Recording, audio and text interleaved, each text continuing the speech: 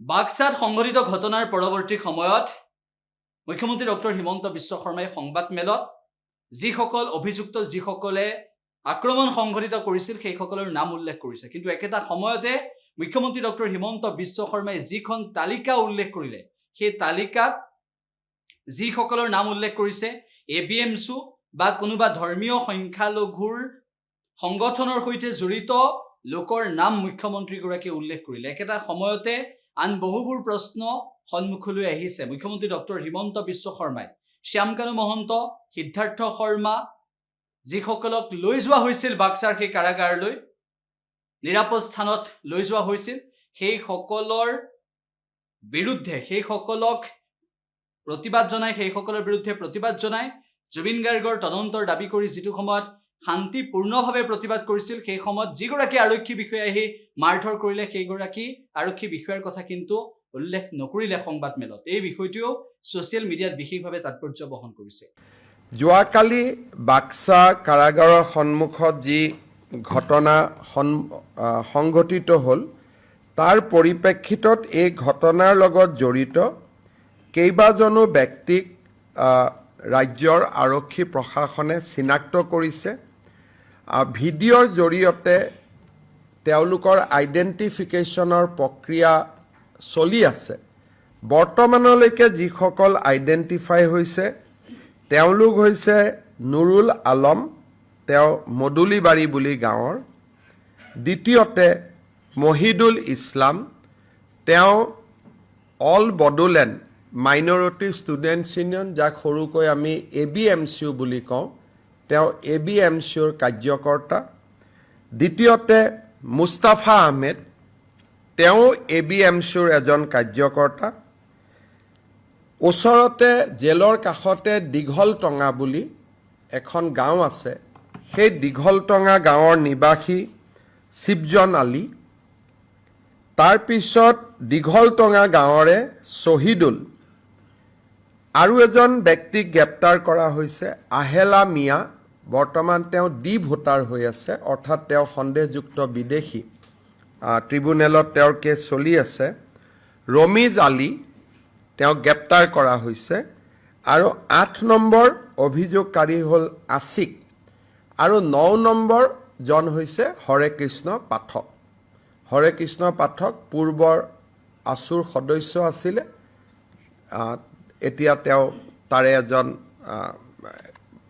কা আন্দোলনৰ সময়ত তেওঁক আসুৰ পৰা খুব সম্ভৱ বহিষ্কাৰ কৰা হৈছিলে হৰে কৃষ্ণ পাঠক এই 9 গৰাকী ব্যক্তিৰ নাম পোহৰলৈ আহিছে আৰু চৰকাৰে ভিডিঅ' ফুটেজৰ জৰিয়তে আৰু এই ঘটনাৰ লগত জড়িত ব্যক্তিসকলক চিনাক্তকৰণৰ প্ৰক্ৰিয়া চলাই আছে হয়তো অহা কালি পৰহি আৰু অভিযুক্তৰ নাম পোৱা যাব ৰাতিপুৱা মন্ত্ৰী ৰঞ্জিত দাসক মই এইমছলৈকে পঠাইছিলোঁ যোৱাকালিৰ ঘটনাৰ লগত দুজন লোক এইমছত দুজন যুৱক এইমছত চিকিৎসাধীন হৈ আছিলে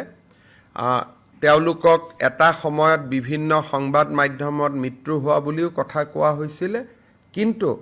কালিৰ ঘটনাত কাৰো মৃত্যু হোৱা নাই দুইজন ব্যক্তি এতিয়া ষ্টেবল আৰু ৰিকভাৰীৰ পথত আগবাঢ়িছে বুলি এইমছ কৰ্তৃপক্ষই মন্ত্ৰী ৰঞ্জিত দাসক অৱগত কৰিছে লাঠি চাৰ্জ আৰক্ষীয়ে প্ৰথম কৰা নাই গোটেই ঘটনাটো এটা যদি ভিডিঅ' ক্লিপ চাই অকণমান ধাৰণাটো ভুল হ'ব যেতিয়া গুৱাহাটীৰ পৰা গাড়ীখন গৈ আছিলে তেতিয়া তাতে পেভাৰ্ছ ব্লক আছিলে পেভাৰ্ছ ব্লকবিলাক খুলি গাড়ীৰ ওপৰত পেভাৰ্ছ ব্লকেৰে 150 মান যুৱকে আক্ৰমণ কৰিছিল তেতিয়া তাত আমাৰ অসম আৰক্ষীৰ জোৱান এগৰাকী আঘাতপ্ৰাপ্ত হয় আৰু তেওঁ হস্পিটেলাইজ হয় গতিকে প্ৰথম শিলাবৰ্ষণ আৰক্ষী তাত জমা নোহোৱাৰ আগতে যেতিয়া কনভয় গৈ আছে কনভয়তে আক্ৰমণ কৰা হৈছিল পিছৰ যিবিলাক ভিডিঅ' সেই ভিডিঅ'বিলাক পাৰ্ট কৰি বিভিন্ন সময়ত ওলোৱা ভিডিঅ' কিন্তু প্ৰথম ভিডিঅ'টো যদি আপোনালোকে চাই তেতিয়া সাংবাদিকসকলৰ লগতো তাতে মই কথা পাতিছোঁ যিকেইজন সাংবাদিকক মই জানো সাংবাদিক আৰু আৰক্ষীয়ে গুলীবৰ্ষণ শিলাবৰ্ষণত দলঙৰ তলতো আশ্ৰয় ল'বলগীয়া হৈছিলে আৰু তাত নিউজ লাইভৰ সাংবাদিকগৰাকীও আছিলে মই তেওঁৰ লগতো কথা পাতিছিলোঁ গতিকে সকলোৱে এইটো কথা কৈছে যে চলন্ত গাড়ীত প্ৰথমতে আক্ৰমণ কৰা হয় গতিকে ইয়াত আমি যিবিলাক ভিডিঅ' পাইছোঁ সেই ভিডিঅ'বিলাক কাট পিছৰ ভিডিঅ' দ্বিতীয়তে আৰু এটা কথা কৈছে যে বাস্কা জেলখন খুব ভাল তাতে বিচনাও নাই আজি ৰূপেশ গোৱালাই আমাক কৈছে যে তাতে ইভেন বিচনাও নাই কাৰণ জেলখন নতুন আছিলে কোনোবাই কৈছে তাত এয়াৰ কণ্ডিশ্যন আছে তাত ভালকৈ ইলেক্ট্ৰিচিটি কানেকশ্যনো নাই